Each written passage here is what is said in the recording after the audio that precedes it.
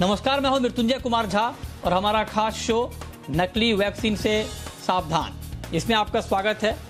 और आज का शो हम सब के लिए बहुत ज़रूरी है जानना समझना कि जब आप वैक्सीन लगवाने जाते हैं तो किस तरह की सावधानी आपको रखनी चाहिए। कोरोना वैक्सीनेशन के नाम पर लोगों को धोखा देने वाला गिरोह एक्टिव हो गया है, इसलिए हम आपको ये बता रहे हैं।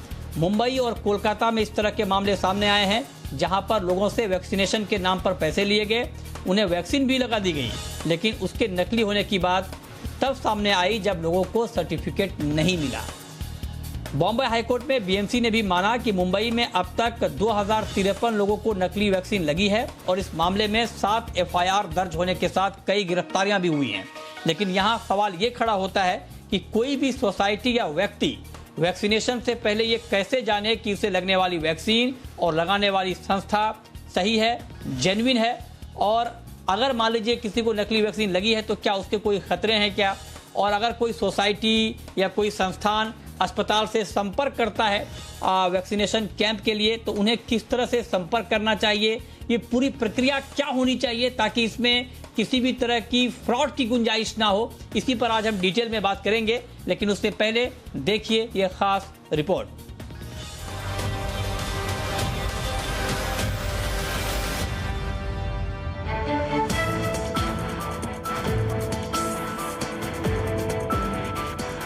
वैक्सीन कोरोना से लड़ाई का सबसे बड़ा और कारगर हथियार, जिसे देश में अब तक 30 करोड़ 60 लाख से ज्यादा लोगों को दी जा चुकी है।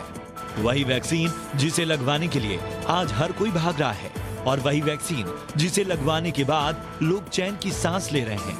लेकिन कुछ ठगों और जालसाजों को इस आपदा में भी अवसर दिखाई दे रहा है, और ये लोग वैक्सीन के नाम पर भी लोगों को ठग रहे हैं।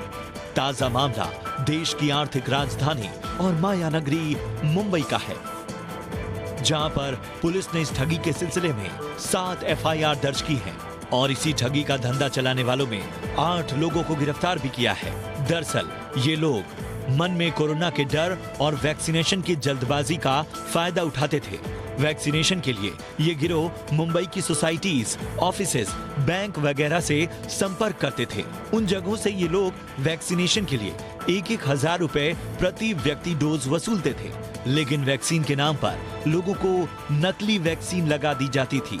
लोगों से कहा जाता था कि उन्हें कोविशील्ड की डोज दी गई है, लेकिन वैक्सीनेशन के बाद भी किसी को न तो साइड इफेक्ट होता था और न ही कोविन पोर्टल से वैक्सीनेशन का सर्टिफिकेट डाउनलोड होता था। मुंबई में इस तरह के मामले बढ़े और ठगी का एहसास होने के बाद लोग पुलिस के पास और पुलिस अपराधियों के साथ कोर्ट जा पहुंची।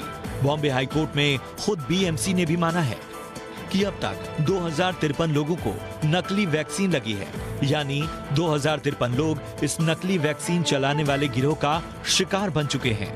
पुलिस के मुताबिक 25 मई को मलाड वेस्ट में 30 लोगों को नकली वैक्सीन दी गई और 26 और 27 मई को ठाणे में 122 लोगों को नकली वैक्सीन लगाई गई।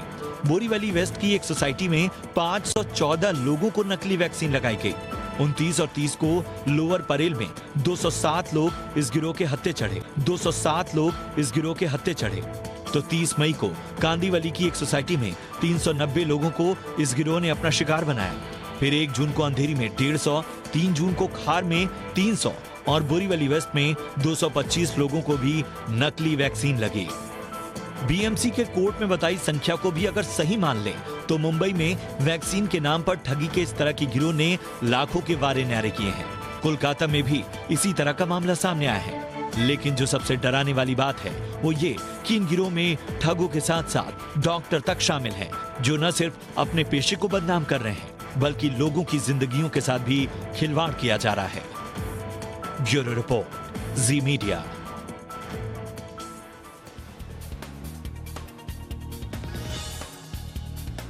और अब चर्चा के लिए हमारे साथ कुछ खास मेहमान जुड़े हैं। हमारे साथ हैं महाराष्ट्र कोविड टास्क फोर्स के मेंबर और मुंबई में प्राइवेट हॉस्पिटल के chief coordinator doctor Gautam Bhansali. हमारे साथ हैं दिल्ली कोविड वैक्सीन कमेटी के मेंबर डॉक्टर समीर भाटी, और साथ ही हमारे साथ होंगे केईएम हॉस्पिटल मुंबई के डीन डॉक्टर हेमंत देशमुख। आप सभी का बहुत बहुत स्वागत है। गौतम भंसाली जी, मेरा सबसे पहला सवाल सर आपसे होगा, चूंकि आप मुंबई में प्राइवेट अस्पतालों के चीफ कोऑर्डिनेटर हैं। सर मुंबई में 2000 से ज़्यादा लोगों को फेक वैक्सीन लगा दी गई है। इस बात का खुलासा हो चुका है। और सिर्फ मुंबई में नहीं बल्कि कोलकाता में भी इस तरह के मामले पाए गए हैं, वहां पर भी फेक वैक्सीन लोगों को लगाई गई है। पहले तो आप ये बताएं कि जबकि ये पूरा सिस्टम इतना दुरुस्त है कि बिना कोविन पोर्टल पर आपके रजिस्ट्रेशन का, जब हम लोग वैक्सीन लेने गए तो जब तक आप अपना नंबर नहीं बताते हैं, रजिस्ट्रेशन नंबर, तब तक आपको वैक्सीन दी नहीं जाती है। तो इतना बड़ा फ्रॉड सर कैसे हो गया, कहां पर चूक हुई, आप लोगों का क्या असेसमेंट है इस पूरे मामले को लेकर? जी मृत्युंजय जी, पहला तो मैं ये बताना चाहता हूँ कि ये बहुत ही अनफॉर्चुनेट थिंग है जो नहीं होना चाहिए था इस तरह से। बट थोड़ा सा ये एक डेस्परेट सिचुएशन है, लोगों को भी वैक्सीन चाहिए और एक इस तरह का प्रोग्राम चल गया कि हम वैक्सीन लेके आ रहे हैं, हम आपके वहाँ लगा लेंगे। हम सोसाइटी को भी लगता है कि नहीं, हमने इनसे बात कर ली या उसके थ्रू हमारे 4 कॉन्टैक्ट है, 2 कॉन्टैक्ट है, उसके थ्रू वैक्सीन लग जाएगा। थोड़ा सा डेस्परेट सिचुएशन है और इस डेस्परेट सिचुएशन का वैक्सीन लगाने के लिए, बिकॉज सेकेंड वेव भी एक तरह से पीक पे थी, तो डेस्परेशन हो रहा था लोगों के अंदर भी, और इसका फ़ायदा कुछ गलत लोगों ने उठाया और उसकी वजह से लोगों को गलत वैक्सीन कह सकते हैं, फेक वैक्सीन कह सकते हैं, या वैक्सीन के नाम पे पानी कह सकते हैं, कुछ नहीं दिया गया। जबकि बीएमसी जो म्युनिसिपल कॉर्पोरेशन की क्लियर कट गाइडलाइन है कि अगर वैक्सीनेशन होता है किसी भी सोसाइटी के अंदर, तो सोसाइटी और हॉस्पिटल के बीच में एक टाई अप होता है, एमओयू साइन होता है, बिना उसके वैक्सीनेशन नहीं हो सकता। आज अगर मैं चाहूँ एज ए इंडिविजुअल, पहली बात तो मेरे को इंडिविजुअल वैक्सीन भी नहीं मिलेगा। मैं चाहूँ कि मैं आकर के 1000 लोगों का एक सोसाइटी के अंदर वैक्सीन कर लूँ एज ए डॉक्टर, तो भी मैं नहीं कर सकता। जो रिकॉग्नाइज्ड प्राइवेट हॉस्पिटल और गवर्नमेंट हॉस्पिटल के वैक्सीनेशन सेंटर है, उन सेंटर की ये एक तरह की एक्सटेंडेड फैसिलिटी है कि वहाँ के लोग, वहाँ के डॉक्टर, वहाँ के एम्बुलेंस जाएंगे वहाँ पे सोसाइटी में और लोगों को वैक्सीन लगाएंगे। और सोसाइटी के लोग या वर्क प्लेस या कॉर्पोरेट ऑफिस और हॉस्पिटल के बीच में एक तरह का एमओयू साइन होगा। रेट किया है वो सोसाइटी और वो हॉस्पिटल डिसाइड करता है। अभी तो खैर गवर्नमेंट ने कैपिंग कर लिया, तो 780 रुपीज़ फिक्स है, इसके ऊपर कोई ले भी नहीं सकता। लेकिन फिर भी एक एमओयू साइन होता है सोसाइटी और हॉस्पिटल के बीच में, और उसकी सूचना गवर्नमेंट को, म्युनिसिपल कॉर्पोरेशन को दी जाती है। ये थोड़ा अनफॉर्चुनेट थिंग है कि सोसाइटी के लोगों ने भी इस बात का ध्यान नहीं रखा कि ऐसा कोई एमओयू साइन हुआ या इस तरह से कोई डिस्कशन हुआ। बिना उसके हुए कुछ डेस्परेट लोग आए, लोगों ने इस सिचुएशन का फ़ायदा उठाया और वैक्सीन के नाम पे जो गलत चीज़ की गई है वो बहुत ही अनफॉर्चुनेट, गलत है। As per the protocol, rules, regulation के हिसाब से इस तरह की परमिशन कहीं पर भी किसी को नहीं दी गई है। हाँ, ठीक बात है। ये आपने ठीक बताया कि एक तय प्रोटोकॉल है और इसके तहत ही वैक्सीनेशन का काम चलता है। लेकिन इस पूरे मामले में दुर्भाग्यपूर्ण ये रहा कि इस पूरे मामले में प्रोटोकॉल का पालन तो हुआ ही नहीं, लेकिन उसको क्रॉस चेक भी नहीं किया गया, ना तो सोसाइटी की तरफ से या ना किसी इंडिविजुअल की तरफ से कि क्या ये पूरी प्रक्रिया यहाँ पर फॉलो हुई है, नहीं हुई है। अब समीर भाटी जी, मैं आपसे जानना चाहता हूँ कि चूंकि आप वैक्सीनेशन कमेटी के हेड हैं दिल्ली में, तो आप जरा बताएं हमारे दर्शकों को, क्योंकि आपकी बात बहुत महत्वपूर्ण होगी उन लोगों के लिए जो वैक्सीन लगवाने जाते हैं, क्या क्या क्रॉस चेक करना चाहिए। अगर मान लीजिए किसी सोसाइटी में भी अगर वैक्सीनेशन का काम चल रहा है या किसी दफ्तर में चल रहा है, तो अगर कोई इंडिविजुअल वहां पर वैक्सीन लेने जाए सोसाइटी में या दफ्तर में या किसी और जगह पे, तो 2-3 ऐसी बातें आप बताएं जो वो अपने लेवल पे पूछ के ये पता कर पाए कि ये वैक्सीनेशन कैंप जेन्युइन है या इसमें कोई गड़बड़ी है।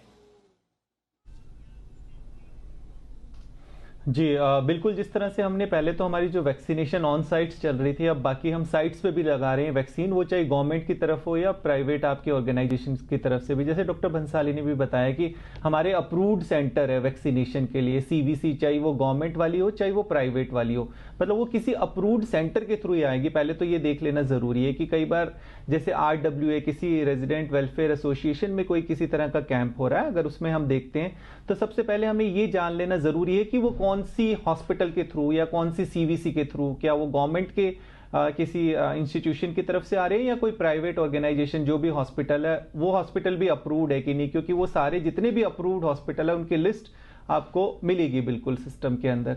तो एक तो वो लिस्ट अप्रूव्ड होनी चाहिए। उसके बाद जैसे डॉक्टर साहब ने बताया कि उसके अंदर जो आपका RWA है, RWA में तो आपके जो भी प्रेसिडेंट है आप उनसे बिल्कुल कंप्लीटली वेरीफाई कर सकते हैं कि हमारा किस तरह का MOU वगैरह जो साइन हुआ है और कौन सा वाला हॉस्पिटल आ रहा है, कौन सी टीम आ रही है, उस टीम के अंदर कौन कौन लोग आ रहे हैं, वो सारी इंफॉर्मेशन होती है उस MOU के अंदर। तो उस रेजिडेंट की जो भी उस सोसाइटी के लोग हैं वो तो उसको वहां पर वेरीफाई कर सकते हैं। इसके अलावा अगर हम साइट पर जाते हैं, कहीं पर भी साइट पर ज़्यादातर जिस तरह से हमने किया हुआ है कि मैक्सिमम आपका ऑनलाइन रजिस्ट्रेशन होता है, पर हमने देखा है कि ऑनलाइन रजिस्ट्रेशन के नाम पे भी कई बार शुरू में जो है कुछ ऐसे इश्यूज आए हैं कि वो फेक रजिस्ट्रेशन, वो एक बार ज़रूर देखना है कि जो आपके ऑथराइज रजिस्ट्रेशन के जो आपकी साइट से कोविन या आरोग्य सेतु के थ्रू ही आपको जो है रजिस्टर्ड करना है। ऐसा नहीं कि कोई व्हाट्सएप पे आपने किसी तरह का मैसेज देखा और उस मैसेज को आप फॉलो करते हुए चले गए। दूसरा, आपको वैक्सीनेशन होने के बाद आपको बताया जाएगा कि आपको कौन सी वैक्सीन लगी है। ये वाले जो हम केस देखे, केस स्टडीज, इसमें ना तो वहाँ पर कोई ऑथराइज्ड जो है किसी का भी हॉस्पिटल का डिस्प्ले था, कुछ था, वो सब नहीं था। सेकंड, उनको ये भी नहीं पता था कि उनको कौन सी वैक्सीन लगाई जा रही है, जबकि वो वैक्सीनेशन से पहले आपको वैक्सीनेटर बताता है कि ये आपको वैक्सीन लगाई जा रही है।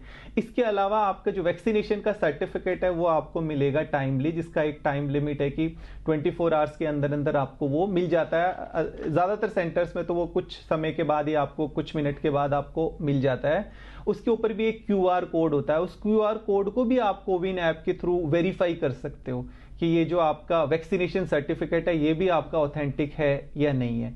तो ये सब चीज़ें हैं जिससे ये बहुत बेसिक सी चीज़ है जो आपको ज़रूरी है पता लगा लेनी। और इसके अलावा आप अगर कोई कॉरपोरेट में, आप किसी ऑफिस में, जैसे आप बता रहे हैं दफ्तर के अंदर, तो दफ्तर के अंदर भी पूरा आपके दफ्तर का, और वो भी किसी हॉस्पिटल के थ्रू होगा। ऐसा नहीं कि कोई कंपनी डायरेक्ट प्रोक्योर कर रही है, वो भी किसी हॉस्पिटल उसके कनेक्ट में होगा, तो वो भी कौन सा हॉस्पिटल है आप उसकी भी पूरी जानकारी ले सकते हैं। तो मतलब एक बात बहुत क्लियर है, जो दर्शक इस वक्त हमें देख रहे हैं, और ये आज के शो का हमारा मकसद यही है कि जो बात मुंबई में हुई, जो घटना कोलकाता में हुई, ये देश के बाकी शहरों में ना हो, इसलिए अलर्ट करने के लिए हम ये कार्यक्रम कर रहे हैं और आपको एक बेसिक प्रोटोकॉल, नियम कानून बताए जा रहे हैं। और अगर आप अपने हिसाब से इसको क्रॉस चेक करेंगे तो आप पकड़ पाएंगे कि हाँ, जो ये वैक्सीनेशन का अभियान चलाया जा रहा है, जहां पर भी आप हैं, जिस भी इलाके में हैं, वो ठीक है या नहीं है। तो पहली बात बिल्कुल क्लियर है कि वैक्सीन के लिए अगर कोई सोसाइटी, कोई प्राइवेट संस्थान आपको कहता है, दावा करता है, तो वो जो वैक्सीन है वो हॉस्पिटल से टाई अप के बाद ही ली जाती है। अगर कोई कहता है कि नहीं, हमने हॉस्पिटल से नहीं लिया, हमने कहीं और से मंगाया है, तो आप तुरंत उसके ऊपर सवाल खड़ा करें और तब आपके मन में ये शक होना चाहिए कि क्या ये कहीं गलत तो नहीं है, फर्जीवाड़ा तो नहीं हो रहा है। अब डॉक्टर देशमुख सर, मैं आपसे पूछना चाहता हूं कि 2000 से ज्यादा लोगों को मुंबई में गलत वैक्सीन लगाई गई है, नकली वैक्सीन लगाई गई है। कोलकाता में भी करीब करीब 500 मामले आए हैं। आप जरा बताएं सर कि नकली वैक्सीन अगर मान लीजिए किसी को दी गई है, पता नहीं उसमें क्या है, वाटर है या कुछ और है, तो पहले तो क्या कि इसका कोई साइड इफेक्ट है क्या, पहली बात। और दूसरा ये कि अब अगर, चूंकि वैक्सीन तो नकली है, अब जेन्युइन वैक्सीन क्या तुरंत लगा लेना चाहिए या उसके लिए कुछ वेट करना चाहिए जिन लोगों को गलत वैक्सीन लग गई है? अभी इसमें दो चीज आती है। अगर आप कहते हो कि ये फर्जी वैक्सीन है, तो एक तो एक्सिपिएंट्स जो होते हैं, यानी वैक्सीन बनाने की जो प्रक्रिया में डाइल्यूएंट होते हैं, वो कभी कभी फर्जी वैक्सीन बोल के दिया जाता है। और दूसरी बात ऐसी होती है कि ये जो फ्रॉड वैक्सीन है उसमें डिस्टिल वाटर का इंजेक्शन भी दिया जा सकता है। तो बहुत बार तो हमने ऐसे देखा है कि ये जो वैक्सीन डुप्लीकेट होती है वो असली वैक्सीन होती ही नहीं है, उसे हम वैक्सीन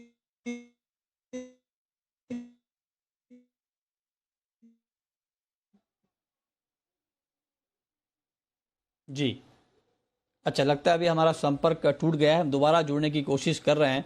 लेकिन डॉक्टर भंसाली, आपने सर बहुत डिटेल में बताया था। मैं आपसे एक और सवाल पूछना चाहता हूं कि इस तरह का वैक्सीनेशन अभियान जब दोबारा कहीं पर शुरू हो, तो चूंकि दो बातें आप लोगों ने बहुत क्लियर की कि वहां के जो म्यूनिसिपल कॉरपोरेशन है उनकी जानकारी में होता है कि हाँ, इस जगह पर वैक्सीनेशन का कैंप चल रहा है, और दूसरी बात की वैक्सीन के लिए आप सिर्फ और सिर्फ हॉस्पिटल से ही टाई अप कर सकते हैं। तो क्या ये सिर्फ दो बातें काफी हैं क्या किसी इंडिविजुअल के लिए क्रॉस चेक करने के लिए? अगर मान लीजिए मेरी सोसाइटी में इस तरह का कैंप चल रहा है, तो क्या मैं कैंप लगते ही तुरंत फोन करके अपने इलाके के म्यूनिसिपल कॉर्पोरेशन में पूछ सकता हूं क्या कि क्या आपकी जानकारी में है क्या कि आज फलां सोसाइटी में वैक्सीनेशन का कैंप चल रहा है? या मैं उस अस्पताल में पूछ सकता हूं कि हाँ, आपसे इनका टाई अप हुआ है या नहीं हुआ वैक्सीन के लिए? तब तो दूध का दूध, पानी का पानी हो जाएगा।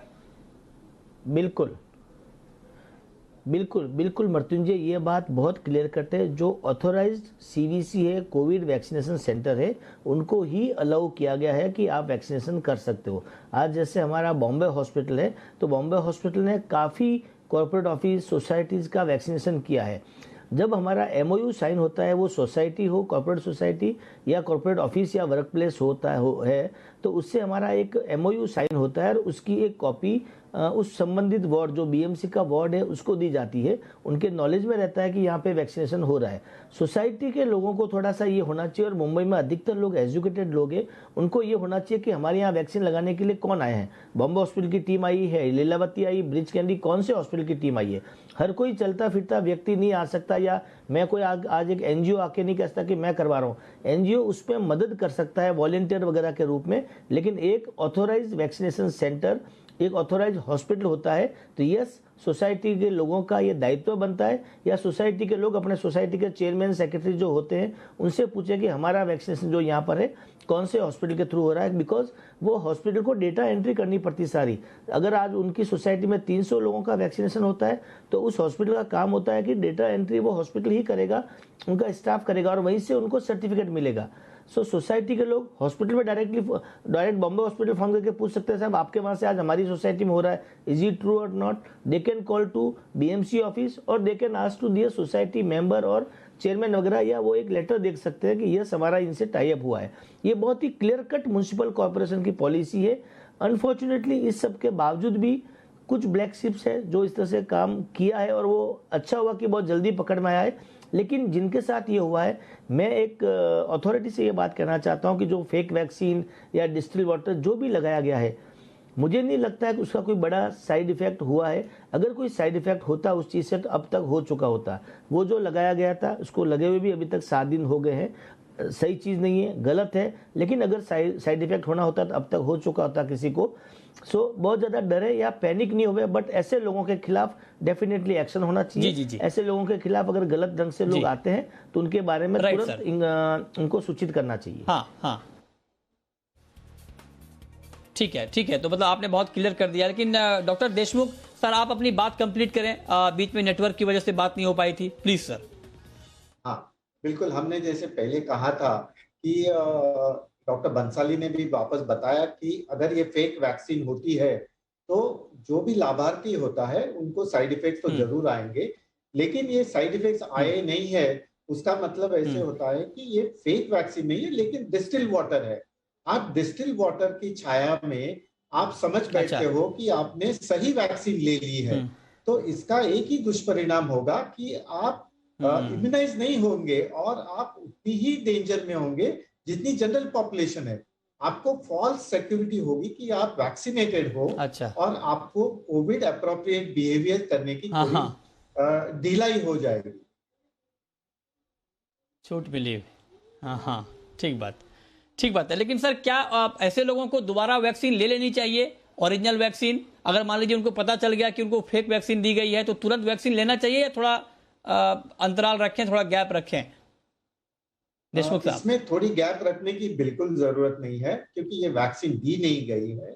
तो बिल्कुल आप अगर कोविन ऐप में आप लाभार्थी के हिसाब से ऐड नहीं हो, तो आपको तुरंत वैक्सीन जो म्युनिसिपल कॉर्पोरेशन हो या स्टेट गवर्नमेंट हो, उनके जरिए लेनी चाहिए।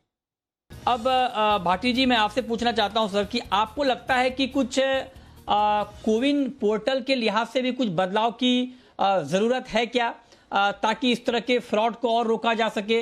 क्योंकि जो मुंबई में मामला हुआ, उसमें अलग से एंट्री होती थी एक्सेल सीट में, और बाद में पता चला कि सर्टिफिकेट नहीं मिला। तो क्या आपको लगता है कि पोर्टल में भी कुछ बदलाव की जरूरत है, या पोर्टल में अगर बदलाव ना भी हो तो इस तरह के जहां पर कैंप लगते हैं वैक्सीनेशन के, वहां पर ये बिल्कुल क्लियर हो कि ये सारी जो डॉक्यूमेंटेशन का काम है वो कोविन के ही जरिए हो, ताकि वहां पर ट्रैक हो सके? जी जी बिल्कुल। देखिए इसमें कोविन में तो काफ़ी चीज़ें अभी तक अपडेशन हो चुकी है। जिस तरह से मैंने आपको बताया है कि कोविन पोर्टल के थ्रू तो हम जो है सर्टिफिकेट की ऑथेंटिसिटी भी चेक कर सकते हैं, तो उसमें तो काफ़ी अपडेशन हो ही रही है। ज़्यादातर इस तरह के जो लूप होल्स हैं वो कैंप्स के अंदर ही हो सकते हैं, जैसा अभी देखा गया है। तो कैंप में ही हमें सबसे ज़्यादा विजिलेंट होने की बहुत ज़्यादा ज़रूरत है, और ये थोड़ा स्टेट टू स्टेट कई चीज़ें डिफरेंट करेगी। दिल्ली की भी जैसे हम बात करें तो दिल्ली में सारी चीज़ें डीएम ऑफिस में इंटीमेटेड होती है, तो वहाँ का जो भी डिस्ट्रिक्ट होगा उस डिस्ट्रिक्ट में डीएम के थ्रू वो सारी चीज़ें जो है विजिलेंस पे रहेगी, और वहीं से वो उसका सर्वेलेंस होता है। तो सबसे ज़्यादा इसमें महत्वपूर्ण ये हो जाता है कि जो भी पर्टिकुलरली एजेंसी है उसको उस चीज़ को क्रॉस वेरीफाई करना है। और बाकी जिस तरह से हमने अभी जो डिस्कस किया, डॉक्टर भंसाली ने भी बताया कि ये जो है पर्टिकुलरली इंडिविजुअल को ये जो कुछ कुछ बेसिक चीज़ें उनको वो वेरीफाई कर ले। अगर हम ऑनलाइन रजिस्ट्रेशन के थ्रू जा रहे हैं तो उसमें तो बहुत ही रेयर होता है कि इस तरह के कुछ फ्रॉड होने के चांसेस रहते हैं। हाँ, बट कैंप के थ्रू हमें इन 4-5 बेसिक चीज़ों को वेरीफाई कर लेना बहुत ज़रूरी है, क्योंकि बिना कैंप के अब हम जो वैक्सीनेशन ड्राइव है उसको स्पीड अप भी नहीं कर पाएंगे, तो वो करना भी ज़रूरी है। पर उसके साथ साथ ये सब कुछ चीज़ें हमें वेरीफाई करना भी उतना ही इम्पोर्टेंट है। जी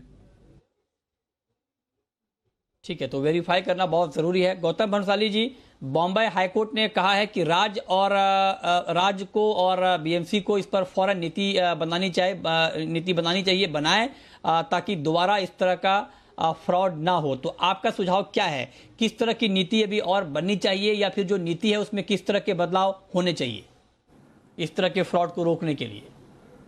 मुझे लगता है जिस तरह के फ्रॉड को रोकने के लिए मुझे लगता है जो नीति बनाई गई है अभी तक बहुत अच्छी नीति है, क्योंकि इतना लार्ज स्केल पे अगर मुंबई में वैक्सीनेशन चल रहा है, पर डे के लगभग 1 लाख वैक्सीनेशन हो रहे हैं, और अब तक 40 लाख के लगभग लोगों को वैक्सीन मुंबई में लग चुका है। मुश्किल से 1-2-2.25 हज़ार वैक्सीन जो गलत फेक लगे हैं, ये एक पकड़ में आया ऐसा मामला, जो कि अनफॉर्चुनेट है, जो सही नहीं है। लेकिन मुझे लगता है इसमें एक सुझाव मेरा ये भी है इसके अंदर, कि जो हम टाई अप जब करते हैं सोसाइटी और हॉस्पिटल के बीच में, और उसकी इंफॉर्मेशन जब म्युनिसिपल कॉर्पोरेशन को देते हैं, तो ड्यूरिंग वैक्सीनेशन जब सोसाइटी में वैक्सीनेशन होता है उस टाइम में म्युनिसिपल कॉर्पोरेशन से उनका एक वार्ड ऑफिसर या एक MOH या कोई भी उनका एक आदमी भी वहाँ रहे।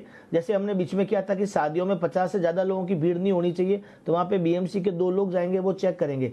इसी तरीके से जो वैक्सीनेशन सेंटर जहाँ वैक्सीन वगैरह हो रहे हैं या जो कैंप लग रहे हैं, वहाँ पे BMC के 1 या 2 स्टाफ जाए, चेक करें कि चीज़ें वहाँ पे बराबर जेन्युइन हो रही कि नहीं हो रही है। और वैक्सीन लगने से पहले, कैंप लगाने से पहले वो हॉस्पिटल की भी जवाबदारी है और सोसाइटी की भी जवाबदारी होनी चाहिए कि वो म्युनिसिपल कॉर्पोरेशन या संबंधित वार्ड को इन्फॉर्म करे कि आज हम इतने बजे से वहाँ पे वैक्सीनेशन करने वाले हैं, सो आपकी उपस्थिति रहेगी, आप रहेंगे, उसके बाद हम वैक्सीन करेंगे। मुझे लगता है थोड़ी सी ये सतर्कता रहेगी, और एक उस एरिया के अगर पुलिस डिपार्टमेंट को भी अगर इंफॉर्मेशन देते हैं तो थोड़ा सा इसमें मुझे लगता है कि गलत काम होने की संभावनाएं नहीं के बराबर होगी या खत्म हो जाएगी। तो ये एक थोड़ा सा पुलिस और BMC के एक पर्सन को वहाँ पे इन्वॉल्व करना चाहिए, जो वहाँ आकर के थोड़ा सा चेक करके जाए कि चीजें सही चल रही कि तो नहीं। बिल्कुल, ये आपका एक महत्वपूर्ण सुझाव है कि एक तो म्युनिसिपल कॉर्पोरेशन का कोई वहां पर हो और एक पुलिस वाले हो। बिल्कुल संक्षेप में देशमुख साहब, आखिरी सवाल सर मैं आपसे पूछना चाहता हूं, आपका लंबा अनुभव है, ये तो मुंबई की बात है, पकड़ में भी आ गई, लेकिन दूर दराज में अगर इस तरह की घटना होती हो तो वहां पता चला कि पता ही नहीं चल पा रहा है, तो आप उन लोगों के लिए क्या सुझाव देना चाहेंगे? वहां पर किस तरह के एहतियात बरते जाएं इस पूरी वैक्सीनेशन की प्रक्रिया में? क्या सुझाव आप देना चाहेंगे ताकि इस तरह के फ्रॉड को रोका जा सके? इस तरह के जो फ्रॉड अभी होते हैं वैक्सीनेशन में, अलग और दूसरे कैंप्स में भी, यानी मेडिकल कैंप्स में भी ऐसे फ्रॉड हो सकते हैं, लेकिन इस वैक्सीनेशन फ्रॉड में हमें यही देखना है कि इसमें पहले तो फर्स्ट टाइम जो जनवरी 2020 में हुआ था शुरू लसीकरण का हिसाब, तभी हेजिटेंसी काफी थी। अभी हेजिटेंसी बिल्कुल कम हो गई है, लेकिन अभी डेस्परेंसी काफी बढ़ गई है। सबको पहले वैक्सीन लेना है अभी। तो हम तो यही कहेंगे कि आप ऑथोराइज वैक्सीनेशन सेंटर ही जाएं, आप अपने कोविन ऐप से ही रजिस्ट्रेशन करें, आपको कोविन ऐप से अपॉइंटमेंट लेके एक गवर्नमेंट ऑथोराइज डिस्पेंसरी या अस्पताल में जाएं, ताकि आपको जो वैक्सीन मिलेगी वो 100% आपको प्रोटेक्शन देगी कोविड से, और वो इफेक्टिव रहेगी। क्योंकि अगर आप फर्जी वैक्सीन या फ्रॉड वैक्सीन लेते हो तो उसके दुष्परिणाम होने के चांसेस भी ज्यादा बढ़ जाते हैं।